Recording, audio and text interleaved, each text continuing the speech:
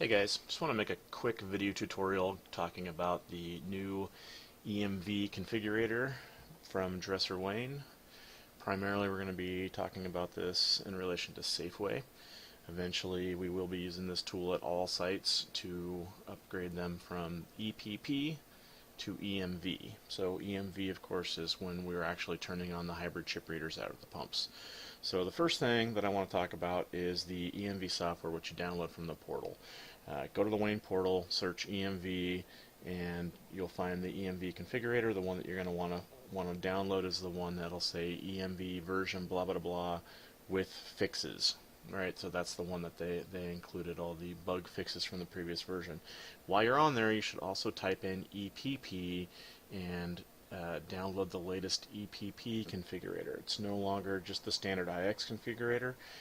You'll need this in case you have to fall back. So if you are doing an upgrade and it fails for some reason, you cannot load just any IXPay software on the CAD board to revert it back to how it was. There is some new files that are put onto the CAD board that will be incompatible with the older versions of IXPay. So you need this latest version of the EPP software to roll back so that they can go back to EPP non-EMV should there be a problem. So let's just talk about the actual EMV configurator itself. We've downloaded it. First thing I want to show you is that this is actually a installable program now. No longer is it you just download it, drag it onto your desktop, and away you go. You'll see that there is actually an installer in this file now. So when you download it, you're going to open it up, you're going to double click on that installer. It's going to create all the directories and whatnot onto your desktop, and you're ready to roll. So let's go ahead and launch the IX configurator.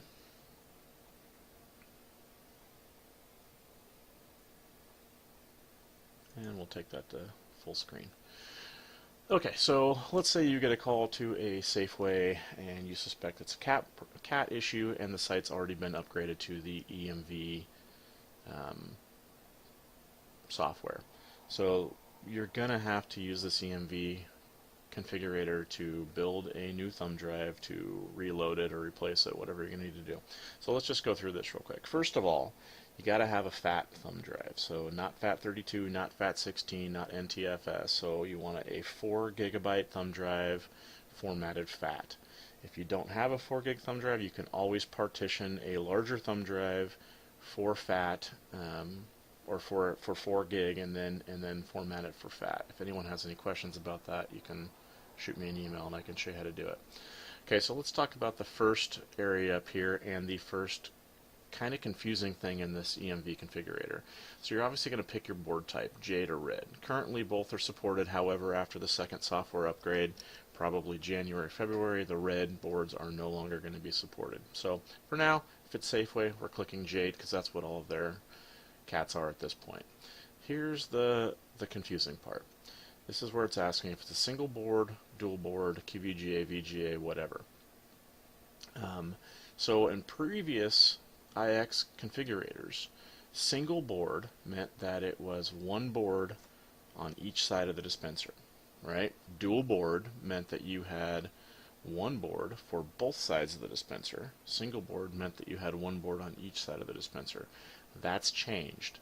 So now Wayne's definition for this in the IX configurator only, this is not going to be the same when you're actually configuring in the dispenser, but now a single board means one board for both sides, and dual board means one board on each side.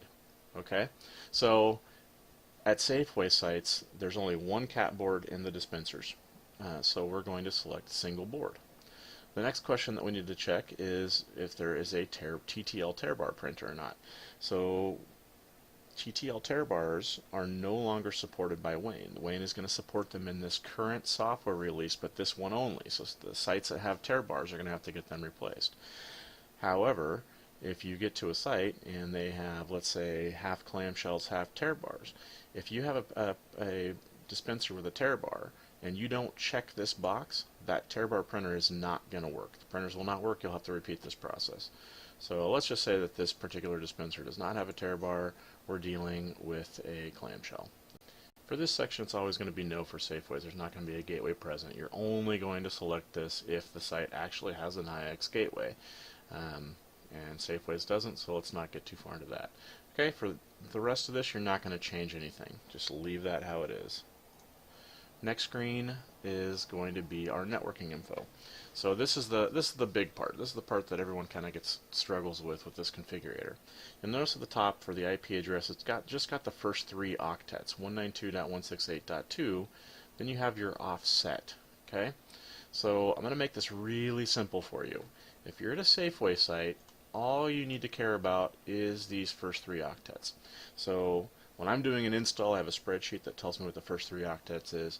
But if you're going out to work on a dispenser that you may have to replace or reload a cat board, you're just going to have to go to any other dispenser, put it into diagnostic mode, do a printer test, look at the IP address that is assigned to that dispenser, and just pay attention to the first 3 octets. Whatever that on that printout is going to show all 4 octets. Ignore the last 4 octets because the 4th octet. I'm sorry. You'll notice that, let's say your dispenser 3 and 4, the 4th octet is not going to be the same as this offset number. This offset does not mean the 4th octet. Okay. So let's say that our IP address, the first 3 octets, is 10.90.224. Okay. Which is going to change our gateway down here to 10.90.224.1, right? That'll be our gateway. The subnet's always going to stay this way. So what we need to worry about now is the offset. And there's a mathematical formula that Wayne came out with to show you how to program the offset, but we'll just make it really, really simple for you.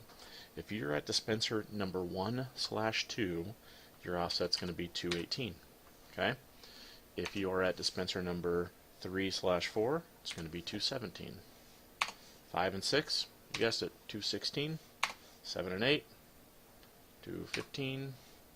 9 and 10, 214. 11 and 12, 213. Okay, it's that simple. 218 for 1 and 2, and then you're counting down the offset by 1 digit each time. So 218, 217, 216, 215. Starting with dispenser number 1. So dispenser number 1, when you are done configuring the cat board, doing your programming at the dispenser, when it prints its test receipt out, you will see that on side A, it's the last 3 octets, or the last 4th octet of its IP address will actually be 218. But from there, it all changes. Side B is going to be 219. Dispenser 3, side A, might be 220 and then 221. So again, the offset does not equal the final octet of the IP address. So don't get confused by that. Okay, next step. We do nothing on this screen. Leave the screen, continue. Okay, so the next step, again, is just going to show some basic information. We don't care about that. This step here, we're going to select our hose mapping. So this is not selecting dispenser model completely, because you could have a B123 Ovation, you could have a B123 Vista. We don't care about that part. We're just looking at the hose map. So let's say that this is a 3-product blender. So this is going to be a B123. You only have to do manually edit hose map or reverse grades if obviously you're dealing with something weird. So, but it is very important in this step that you do get the correct hose mapping. This is not like the old IX configurator where you can put whatever. It didn't really matter. It matters now. Next step, it's going to just be a summary of all of our information. Here's where we can check our work, make sure we didn't screw anything up, and then we go to build. Now I don't have a thumb drive in here right now, so let me grab one real quick, and then we will do that. Okay, I've got my thumb drive in here, and let's go ahead and build it. It's going to tell you that all the files in the destination will be erased. Do you wish to continue? Yes, we do. Okay, well, oddly, I cannot actually build the thumb drive while I'm running my screen capture software. So I built the thumb drive, and I'm just going to show you what's in the thumb drive. So you've got your firmware, service utility, signed X, startup, Wayne AT, whatever, basic stuff. One thing to note, once you've built your thumb drive and you upgrade the dispenser, it's going to put another little file in here called runtime, and it will not allow you to use this thumb drive again. It's a one-time shot. However, if for some reason the load fails and you need to try and reload that cat board again, You don't have to go back and completely rebuild your thumb drive. You can just open this USB up and delete that runtime folder, and as soon as you do that, it should look just like this again, and you're ready to go ahead and load the dispenser. So one other note on the dispensers: once you've upgraded the software, it's just like any other IX upgrade. You know, it's gonna process the upgrade, it's going to reboot. When it comes up, it may or may not ask you to enter in 1, 2, 3, or 4, 5, 6 to associate the keypad with the touchscreen, and then it's going to come up into the diagnostic mode or the configuration mode, where it's going to ask you full travel soft keys, yes or no. That's going to be pretty much identical to everything how it was before, with the exception there is some questions that are no longer there, because this is a EMV upgrade. It's already going to assume that we're using a hybrid chip reader, so it's not going to ask any questions about that. It's really not going to ask any printer questions other than, is this a Zebra printer, yes or no, and I believe it's going to ask if there is a scanner, and that's about it. So very quick and simple to program these. Really, the EMV configurator is nothing terribly difficult to use. It's just a matter of making absolutely certain, if you go to a site to reload a capboard, that you get the correct IP address in there. As long as you get that portion correct and get the printer portion correct, get the hose mapping correct, it'll be fine. But if you don't get the printer portion correct, if you don't get the IP correct, then the dispenser's not going to work.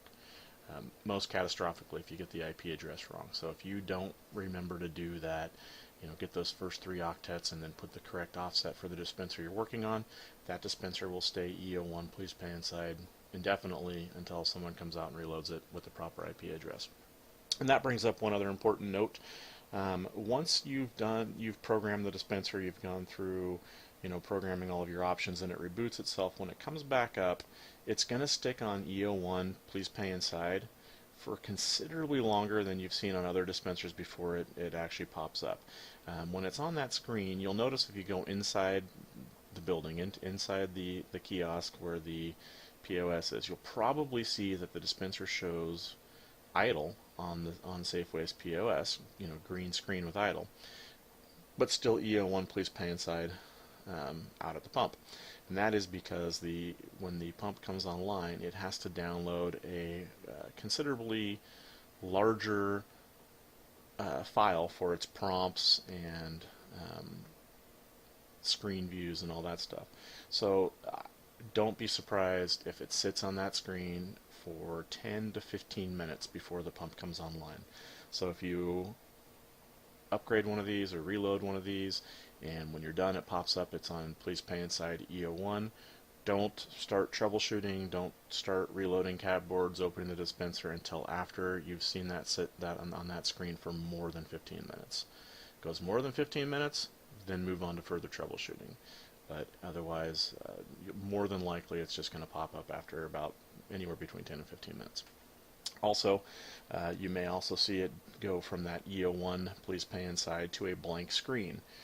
This is also quite common. If it stays on that blank screen more than 5 minutes, if you go and put it into diagnostic mode and then cancel back out, it'll probably instantly go to your, you know, insert card, you know, normal payment screen. So just a couple of tips and tricks for when you're done loading these things, so you don't spend a lot of time needlessly troubleshooting problems that don't exist. So if anyone's got any questions, give me a call, shoot me an email. Thanks.